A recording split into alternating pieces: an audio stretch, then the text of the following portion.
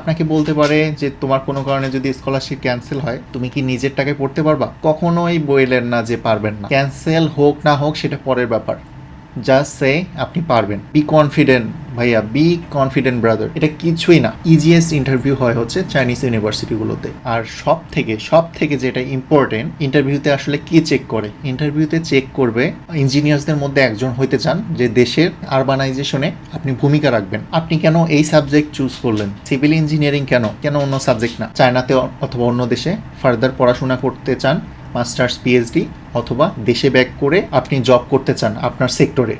You want to be the one of them. So আপনি এভাবে বলতে হবে আর কি, বুঝায় বলতে হবে। এভাবে সুন্দর করে বললে আই ডোন্ট থিঙ্ক আপনার ইন্টারভিউ কখনো খারাপ হবে। ফ্যামিলি ব্যাকগ্রাউন্ড নিয়ে, ফ্যামিলির মেম্বার্স নিয়ে এত বেশি কিছু বলা দরকার নাই, কারণ ভার্সিটির কোনো প্রয়োজন নেই আপনার ফ্যামিলি সম্পর্কে খুব বেশি কিছু জানার। ঈদ মোবারক। আশা করি সবাই ভালো আছেন। আজকের ভিডিওতে আমি কথা বলবো চাইনিজ ইউনিভার্সিটিগুলো কীরকম ইন্টারভিউ নিয়ে থাকে। অ্যাপ্লাই প্রায় শেষের দিকে, কিছু ইউনিভার্সিটি এখনও আছে, হাতে গোনা কয়েকটা অ্যাপ্লিকেশন চলতেছে। এ মাসের 15 তারিখ এবং শেষ পর্যন্ত চলবে। দু একটা ইউনিভার্সিটি জুলাই পর্যন্ত টানবে, বাট এগুলোতে এখন প্রচুর কম্পিটিশন হচ্ছে এবং ভার্সিটিও খুব একটা ভালো না। দু একটা আছে ভালো, রেজাল্ট ভালো থাকলে সেগুলোতে সম্ভব আর কি। আচ্ছা, মূল বিষয়ে যাবার আগে আপনারা যারা এখনও আমার চ্যানেলে সাবস্ক্রাইব করেননি, এখনও যারা ভিডিও দেখছেন ইনফরমেশন নিয়ে ঠুস করে চলে যাচ্ছেন, প্লিজ ডু সাবস্ক্রাইব। আপনারা 90%-এর উপরে মানুষ আমার ভিডিও দেখেন বাট আমার চ্যানেলে সাবস্ক্রাইব করেন নাই, খুবই দুঃখজনক ব্যাপার। এবং আপনারা চাইলে আমার সাথে ফেসবুকে যুক্ত হতে পারেন। আমার ফেসবুক পেজে আমি চীনের পড়াশোনা এবং নানা দিক তুলে ধরি, ইনশাল্লাহ আপনাদের কাজে আসবে। অনেক ভার্সিটি ইন্টারভিউ হয়ে গেছে, বেশিরভাগ ভার্সিটির ইন্টারভিউ রানিং আছে অথবা as soon as possible interview নেবে ভার্সিটিগুলো। তো ইন্টারভিউ কীরকম হয়ে থাকে প্রথমেই আপনাদেরকে বলি, ভয়ের কোনো কারণ নেই। আমার মনে হয় না ভার্সিটি ইন্টারভিউয়ের ক্ষেত্রে এর থেকে সহজ ইন্টারভিউ হতে পারে। আমি যদি একদম সোজা করে আপনাদের বলতে চাই, আই থিঙ্ক সব থেকে ইজিয়েস্ট ইন্টারভিউ হয় হচ্ছে চাইনিজ ইউনিভার্সিটিগুলোতে। বাট ইন্টারভিউ নাম শুনলেই তো আমরা অনেক ভয় পেয়ে যাই।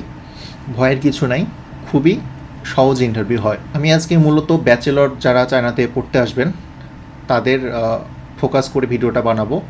মাস্টার্সের ক্ষেত্রেও সেম জিনিসগুলোই হয়, বাট আর একটু ডিপ। আর কোয়েশ্চেনগুলো হয় হচ্ছে আপনার রিসার্চ রিলেটেড। কিছু ইউনিভার্সিটি আপনাকে জানাই দিবে যদি 5 মিনিটের ইন্টারভিউ হয়, প্রথম 2 মিনিট থাকবে সেলফ ইন্ট্রোডাকশন, পরে 3 মিনিট হতে পারে কোয়েশ্চেন অ্যান্ড অ্যান্সার সেশন।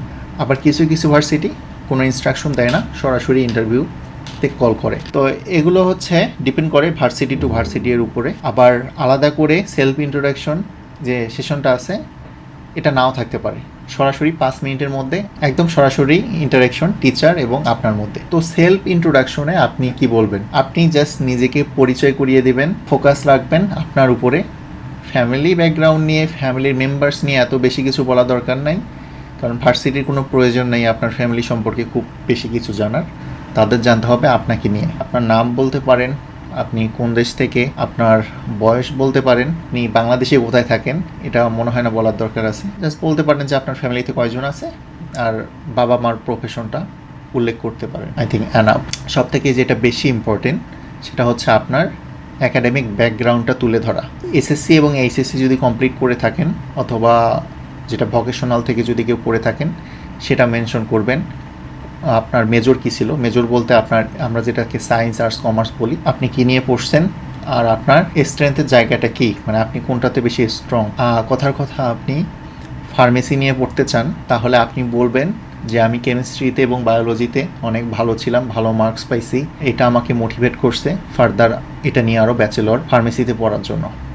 এরকম সিভিল হইলে, কম্পিউটার সায়েন্স হইলে আপনি সায়েন্সের অন্যান্য সাবজেক্ট যেমন ম্যাথমেটিক্স, তারপর ফিজিক্স, এগুলো মেনশন করতে পারেন। আর সব থেকে যেটা ইম্পর্টেন্ট, ইন্টারভিউতে আসলে কী চেক করে? ইন্টারভিউতে চেক করবে আপনি যে একজন অ্যাপ্লিকেন্ট, আপনি আসলে দুনিয়াতে এক্সিস্ট করেন কি না, এটা তো আছেই। পাশাপাশি সব থেকে যেটা বেশি ইম্পর্টেন্ট সেটা হচ্ছে আপনি কথা বলতে পারেন কি না। আপনি যদি চাইনিজ মিডিয়ামে পড়তে চান, চাইনিজ ভাষায় আপনার ফ্লুয়েন্সি আছে কি না। আর যদি ইংলিশ মিডিয়ামে পড়তে চান, ইংলিশ ভাষায় আপনার ফ্লুয়েন্সি আছে কিনা, কথা বলতে পারেন কিনা। এমনও তো হতে পারে যে আপনি ফেক সার্টিফিকেট সাবমিট করছেন।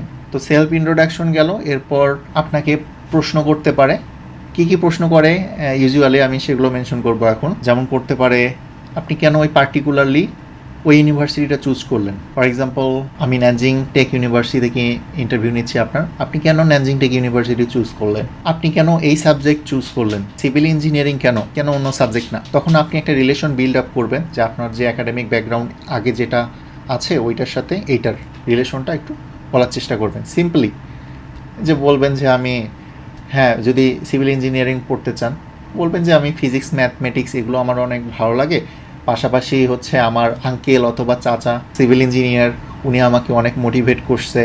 পাশাপাশি বাংলাদেশ তো ডেভেলপিং কান্ট্রি, তো এখন বাংলাদেশে প্রচুর আরবানাইজেশন হইতেছে, সো এগুলো সাস্টেইনেবল হইতে হবে।